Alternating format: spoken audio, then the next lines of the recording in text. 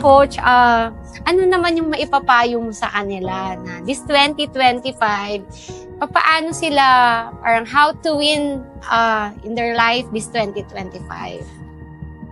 I think I said it in a sense na stop giving yourself that unnecessary pressure of that one thing na gusto mong mangyari sa buhay mo. Maybe my only tip for 2025 para sa inyong mga manonood is, can you just spend this year enjoying? Maybe let's just start. Before natin pag-usapan yung pangarap, bago natin pag-usapan yung all of your dream house and whatever, lahat naman yan darating eh. Promise.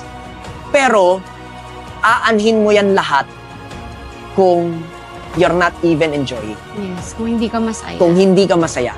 So, I want you to start spending this year to start living a life you don't need an escape from.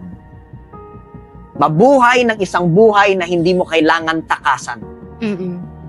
Hindi mo na kailangan mag-file ng vacation leave. Kasi nag-e-enjoy na ako dito. So bakit pa ako magli-leave? Okay na ako. You don't live a life that you could say to yourself, ang sarap mabuhay.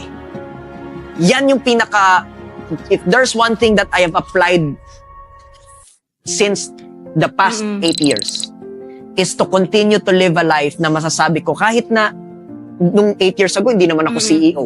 Yes. 8 years ago, hindi ko naman na-enjoy yung mga na-enjoy ko ngayon. Pero I would always look back, have a grateful heart, Yes. and say, grabe, sarap mabuhay. Buti na lang. And then, hindi ko alam, nakakahawa pala yun. Oo. The more I do that to myself, the more I look for more blessings to be grateful for. Ang lagi ko sinasabi, and this is for you, if you are to spend your 2025, lagi kang may rason para maging grateful, Yes. at lagi kang may rason para magreklamo. The choice is Is up to you. Yes. The choice is up to you. Thank you.